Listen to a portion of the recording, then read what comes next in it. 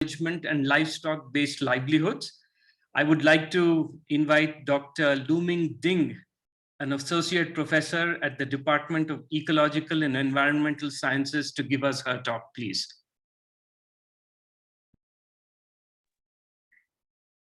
Ms. Ding, are you there?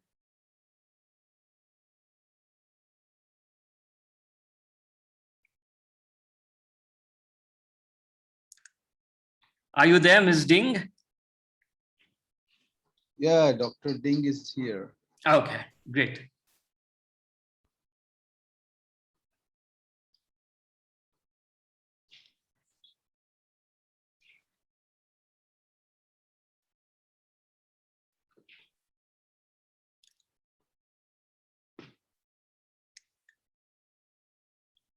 I would like to. Oh, sorry. Can you hear me? Yes, we can. Thank you. Sorry, my computer just was power off. No problem. Welcome. Looking Yeah. forward to hearing you. Okay, I share my screen now. Can you look at my screen?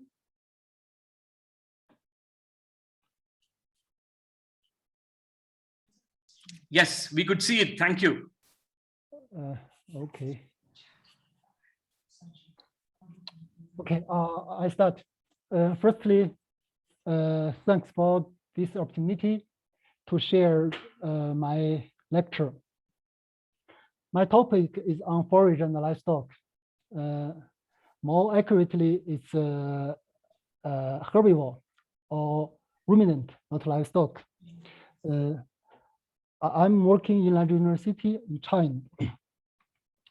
The contents, the following contents I will speak. Firstly, I start from stem of forage. The function of the forage is to support and connect other organs with the root and conduit for water and nutrient transport. Stem also have some limited photosynthetic activity like leaves, and the stem contain both actively growing or dividing regions and mature or fully differentiated regions. And the leaf, we move to leaf. The leaf structure, from the picture we can see the upper and the lower epidermis is heavily coated with waxy cutin. The cutin can conserve water and protect the leaf. There are two kinds of cells. First is palisade parenchyma in this part, and the second is spongy mesophyll. So from the picture, we can see the two kinds of cells are different. The first is neatly, tightly packed, and this spongy mesophyll is loosely packed. And the light reaction of photosynthesis in this palisade parenchyma cells, and the dark reaction or respiration in this cell, in these cells. In the photosynthesis, the carbohydrate should be produced and to move to different parts of the forage. During day, the leaf produces more sugar than can be transported to root. And also during day, the carbohydrates will move to root. The extra carbohydrates will form starch glycols. So the products of photosynthesis will be transformed to glucose or fructose and to produce sucrose to roots or as starch. And at night, the carbohydrates from chloroplast move to root. And after harvest of the forage, the starch will from root move to top for regrowth of the forage.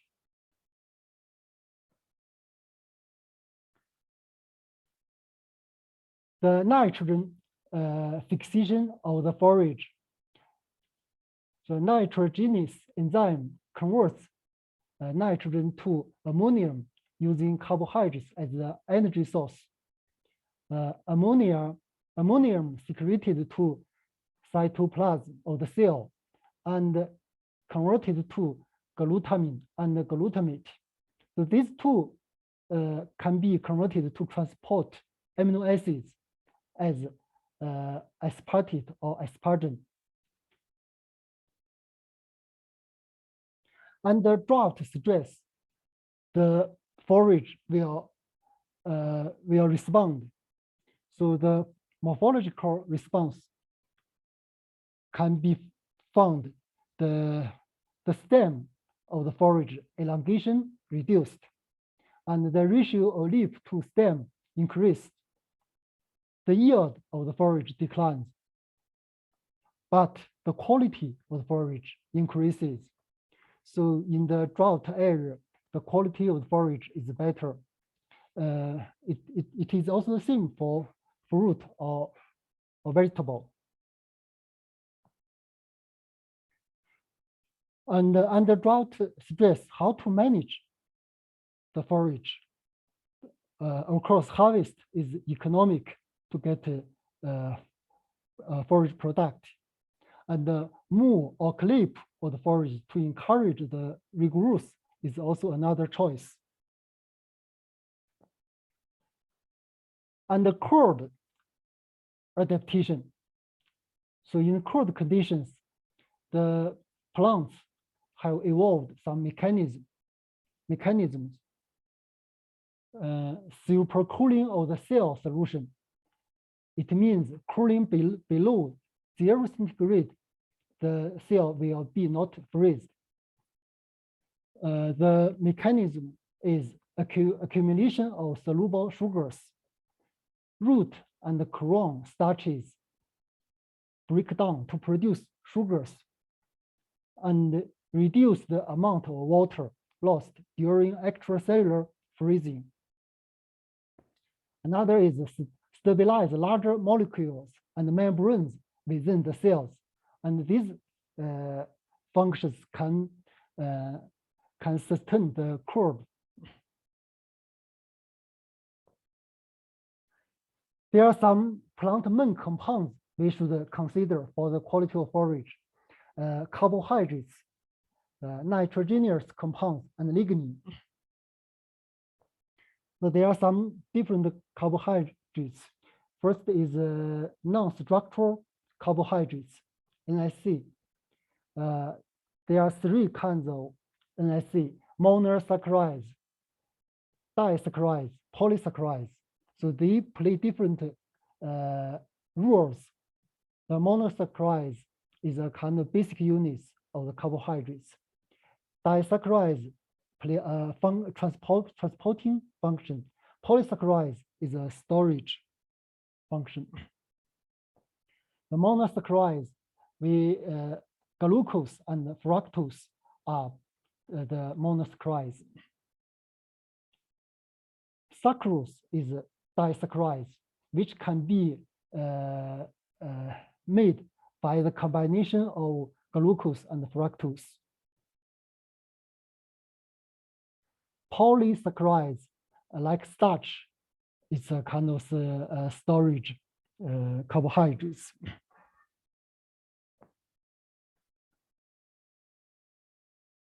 The second is structural carbohydrates, like pectin, hemicellulose, and cellulose. These structural carbohydrates are polymers. So pectin is a polymers or alpha D, glycuronic acid, and hemicellulose is the polymer of xylose and mannose. Cellulose is the polymer of glucose.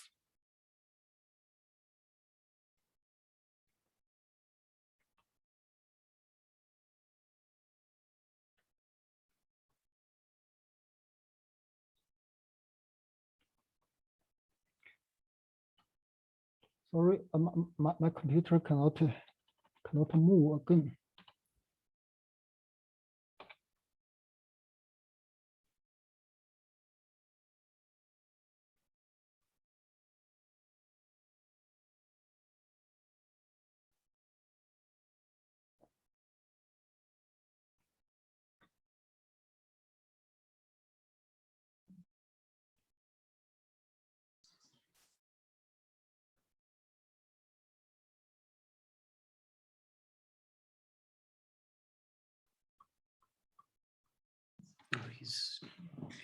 I'm sorry for the so many problems.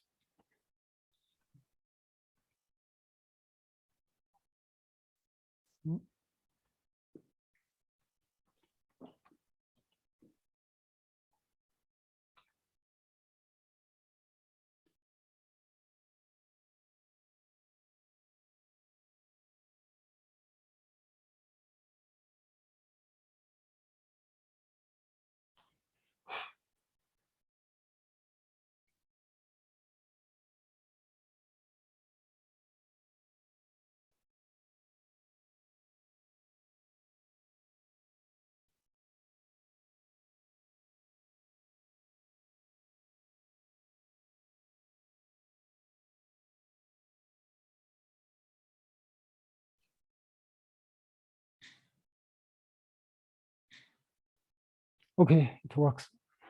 Now we move to lignin. It's a kind of polymer of phenyl propan units. The function of lignin is glue binding cell wall together and water impermeable, undigestible. So if the higher contents of lignin in the forage means lower quality of forage.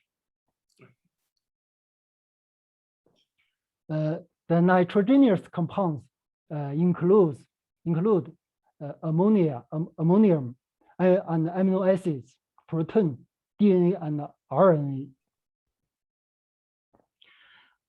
Another part is energy.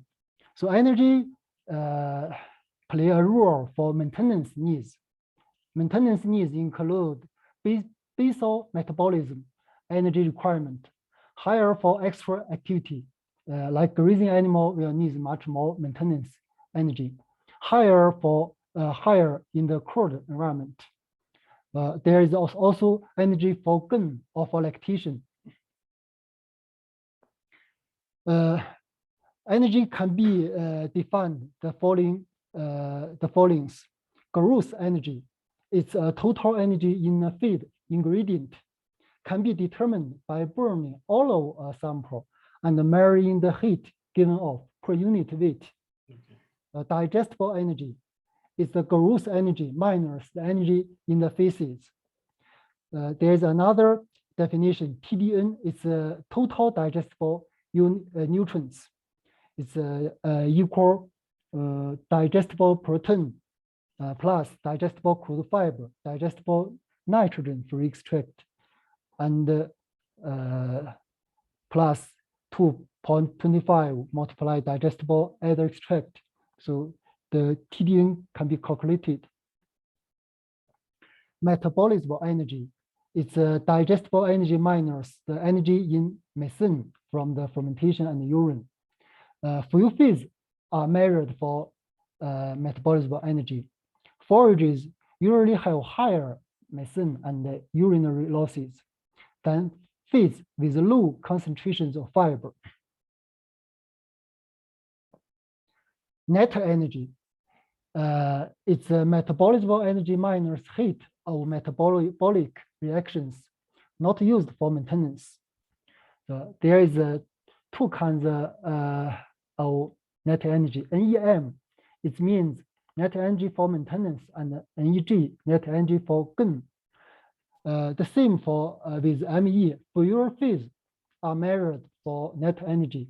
It is very difficult to measure, and the net energy are usually predicted from the total digestible nutrients or digestible energy. This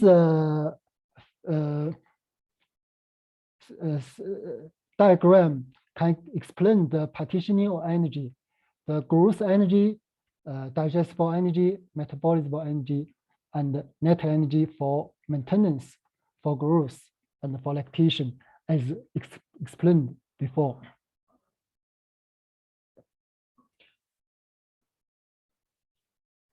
Now we move to the second part. It's still the first part. The forage, we know it's used for livestock. So we need to identify quality traits that improve animal performance also the traits that reduce feed supplements cost. So there are some definitions we need to explain for the forage. Potential intake. So how much is voluntarily consumed by the livestock? Digestibility is how much is absorbed into the animal's body through the digestive system. The efficiency of forage means the ratio of animal production to nutrient supply.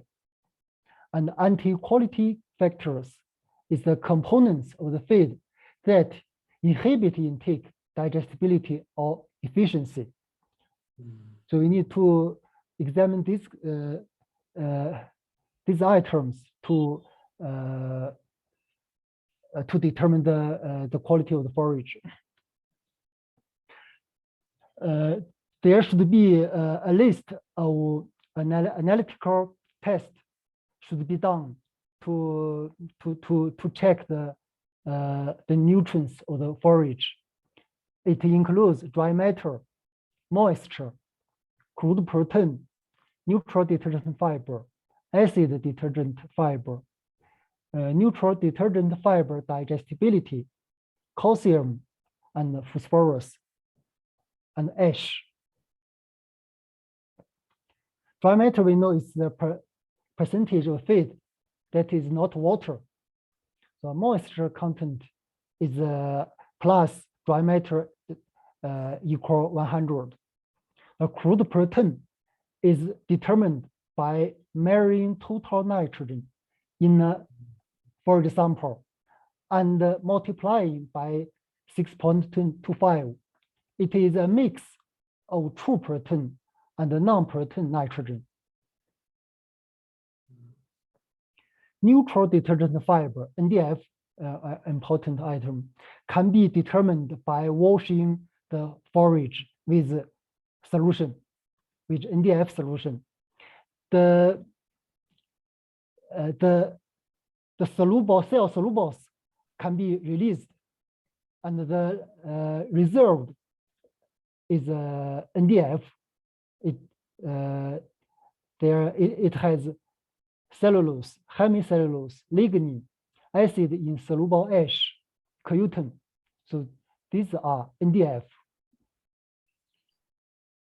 Neutral detergent fiber is the percentage of fiber in a forage sample which is not soluble in a neutral detergent solution. It is the residue left after boiling in neutral detergent solution. It is called ANDF if amylase and sodium sulfate are used during the extraction. So NDF represents cell walls, partially digestible because it contains hemicellulose. And NDF is inversely related to voluntary intake. Therefore, higher NDF content means lower palatability of the forage. Acid detergent fiber is similar detected as the NDF, also by washing. So cellulose, lignin, silica, and gluten, these are ADF. Cell solubles and hemicellulose are washed out. ADF and NDF, the difference is the hemicellulose. So hemicellulose belongs to NDF. Indeed. Acid detergent fiber is the percentage of fiber in a forage sample which is insoluble in a weak acid. It is the residue remaining after boiling forage sample in acid detergent solution. ADF represents cell wall minus hemicellulose. It is inversely related to digestibility. So therefore, higher NDF means lower quality or low nutrition of forage.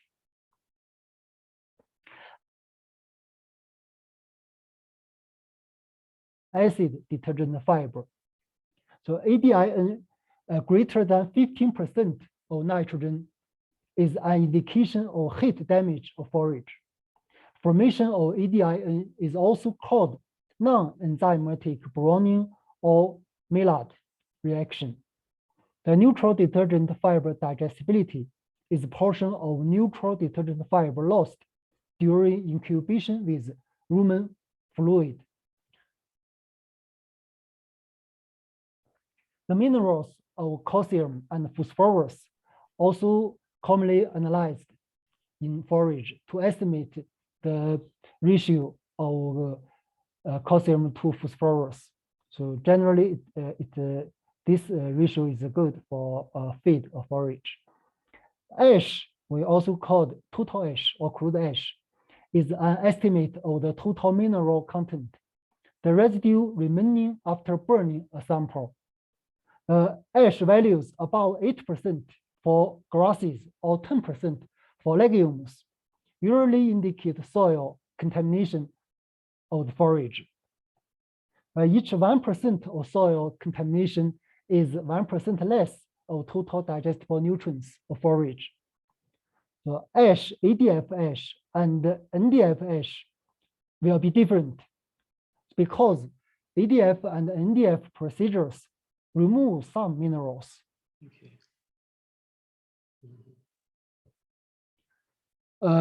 There are still some calculated terms in forage testing. The previous are tested in lab, but these are calculated, such as adjusted crude protein, digestible dry matter intake, net energy for lactation, relative feed value, relative forage quality. Adjusted crude protein is a calculated value adjusting total crude protein for heat damaged protein. Adjusted crude protein estimates protein available for animal use. It should be used to formulate diets when the ADFIN is greater than 15% of the nitrogen of sample. So it means much more crude protein cannot be used by animal. So we should use adjusted crude protein. Digestible dry matter, DDM, is the portion of in the forage that is digested by livestock at a specified level of intake. It is also called in vivo digestible dry matter if determined by feeding animals in a digestion trial.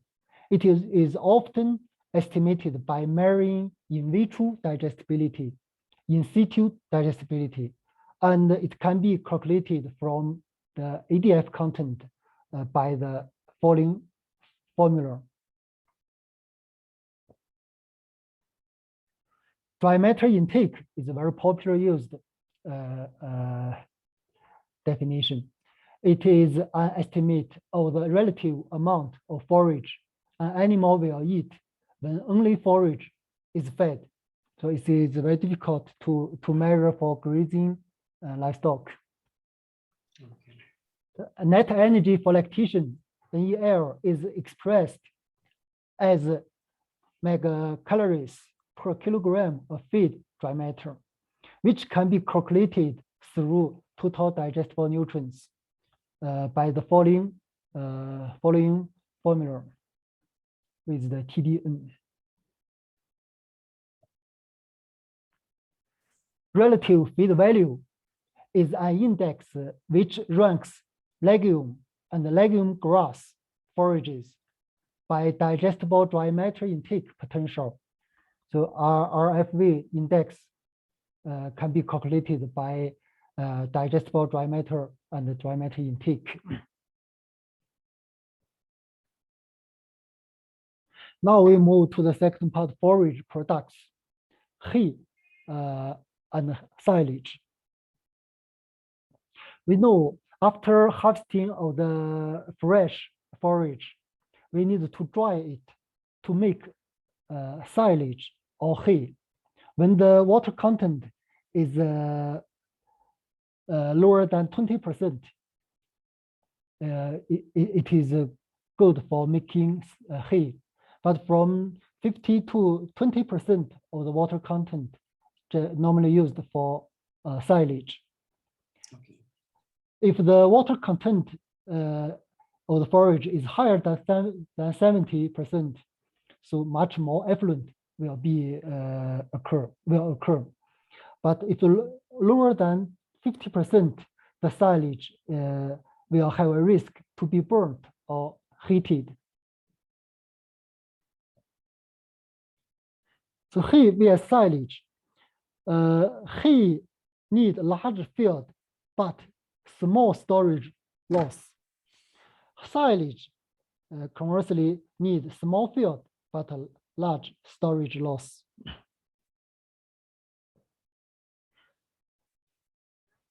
When we preserve the hay, we need to control the mold or inhibit the growth of mold. Molds grew at 20 to 35% moisture. The molds can consume nutrients such as sugars or starch, and the respiration of mold causes heating. So sometimes incur the fires of hay. Also produce toxins, which is detrimental to animal health and decrease food intake. Also produce spores, if inhaled by livestock, can cause lung disease. If the forage has mold, will reduce the value of hay. So we can use some hay additives to avoid the growth of mold. Drying agents can enhance the field drying. Also preservatives or inhibitors, it can increase moisture range for safe storage. There are some list of drying agents or inhibitors normally used. From the figure we can see, if we use the drying agent, the drying time in the field is shorter than without using for alfalfa hay. The hay production from the moment of the forage is cut until it is fed to the animal. Biological and mechanical changes occur that decreases the quantity and the nutritional quality of feed. Therefore, the goal to make quality hay is to conserve the protein and energy in the forage and maintain the protein in a form that can be effectively utilized by the ruminant. And the silage, during produce the silage, it needs to exclude oxygen from the silage mass, and the lactic acid producing bacteria can be stimulated, and the other molds or yeast can be inhibited. The pH will be reduced rapidly through the bacterial growth and fermentation, and minimize the respiration losses. Lactic acid fermentation requires sufficient plant sugars, lactic acid bacteria on forage, anaerobic conditions, and proper dry matter content. The figure shows the several stages of the silage when making silage. The first stage, aerobic, there's still some oxygen. And the second is anaerobic, the pH decrease and the LD increase. But in the third stage, it is stable. When feeding out, the oxygen can re-enter and there is a second fermentation. Therefore, there are some losses of silage. So the first stage, aerobic phase, oxygen trapped in the air species of silage is consumed by plant respiration and aerobic microbes. The respiration process is most detrimental to silage quality. So loss of dry matter reduce plant sugar content. Also prolonged actions allow yeast and molds to grow, heat produced, and increase of the temperature of silage. There is still lag phase, fermentation phase, stable phase, feed out phase. I need to speed up. So there are some pictures of to making silage. a tower and a bunker and some bags or tanks. We move to the forage and the livestock. We know as a ruminant, there are 4 stomachs: rumen, reticulum, omasum, and abomasum. The feet of the ingested forage at the beginning to floating in the on the top of the rumen, and then there is some rumen gas, mainly CO2 and CH4. And after some time, the forage will deposit to the bottom, and by ruminating to masticate it to smaller size and move to the reticulum. When the size is much smaller enough, it can escape reticulum to omasum and to abomasum. So there are still some factors affecting animal performance. So animal performance is the cumulative result of numerous interactions between the plant and animal. So potential performance will be affected by animal genotype, physiological status, animal health, and environmental effects. Forage quality is a function of nutritive value, intake, and anti-quality factors such as tannins, which will be affected by species, variety of forage, maturity of forage, and season, weather, or soil type.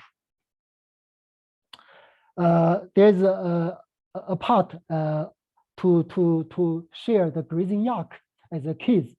So yak, it is a unique animal or bone in Qinghai Tibetan Plateau as a rotational grazing. So there are some different grazing systems: 2-season rotational system and 3-seasonal rotational system. To combine some different seasonal pastures. The summer pasture, autumn pasture, and the winter spring pasture are now is much common in the yak grazing system. So the yak have some adaptive characters to resistance, cold, adapt to low atmospheric oxygen and high solar radiation. Also adapt to harsh sward conditions like a short growing period of forage and short sward height for them to graze, to survive. So, but there are some products of yak: milk, meat, fiber, hide, pack, and feces. Also, the yak also play an important role for cultural heritage. The Dr. Ding, sorry to interrupt. Okay. You have a couple of minutes more, please, to wind up. Okay, I will 2 minutes. Okay. Thank you. The forage biomass on Qinghai Tibetan Plateau, because the green period from June to September, so their biomass is higher. Therefore, the quality, you see the crude protein, metabolism energy, and the digestible dry matter is higher in the grass growing period, but the NDF or ADF are lower in this period. So from the number of mastications or per bolus, we can see the mastications are higher in the forage yellow drying period because of the higher content of fiber.